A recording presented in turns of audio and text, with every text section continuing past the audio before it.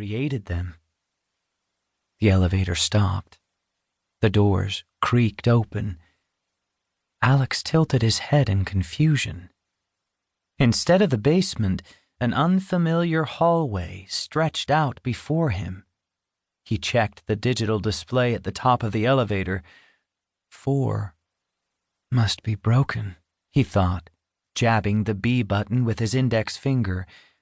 The elevator didn't move. Alex sighed with frustration. Looks like I'm taking the stairs after all, he thought. He stepped off the elevator and headed toward the stairwell. The 4th floor had the same basic layout as the 8th, but it was noticeably darker. Alex glanced up at the light bulbs, wondering if a few of them had burned out, but they seemed to be working fine. For some strange reason, however, their glow didn't radiate as far as it should, as though the darkness of this particular hallway was harder to penetrate than the ordinary kind. Just my crazy imagination, Alex thought, ignoring the cold sensation creeping down his spine. The bulbs are probably just old, or... He heard voices. They were coming from the apartment at the end of the hall. At first, Alex thought it was just the people who lived there. As he got closer, however, creepy music rose in the background, and Alex realized that the voices belonged to characters from a movie. He broke into a big grin as he recognized the dialogue. That's Night of the Living Dead, he thought. Alex had been 4 years old the first time he saw the movie.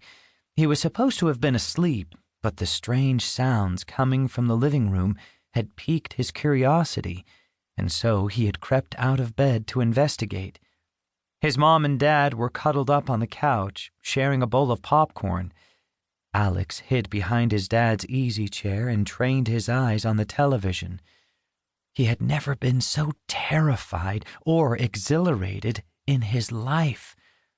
By the time that his parents realized they had an unwelcome visitor, it was too late. Alex was in love. At the end of the month, his Thomas trains had been exiled to a bin in the basement, replaced by toy monsters, plastic fangs, and a stuffed ghost named Boo. He dismantled his Lego fire trucks and rocket ships and used the bricks to build a haunted house. At the library, Alex insisted on borrowing only the picture books with little Halloween labels on their spines, despite the fact that it was June. Night of the Living Dead had been his introduction to the world of creepy things, and for that reason, it held a special place in his heart. Hearing it now, an overpowering desire to watch the movie again fogged all other thoughts. Alex approached the door of apartment 4E, the static-filled soundtrack reeling him in like a fishing line, and pressed his ear against it.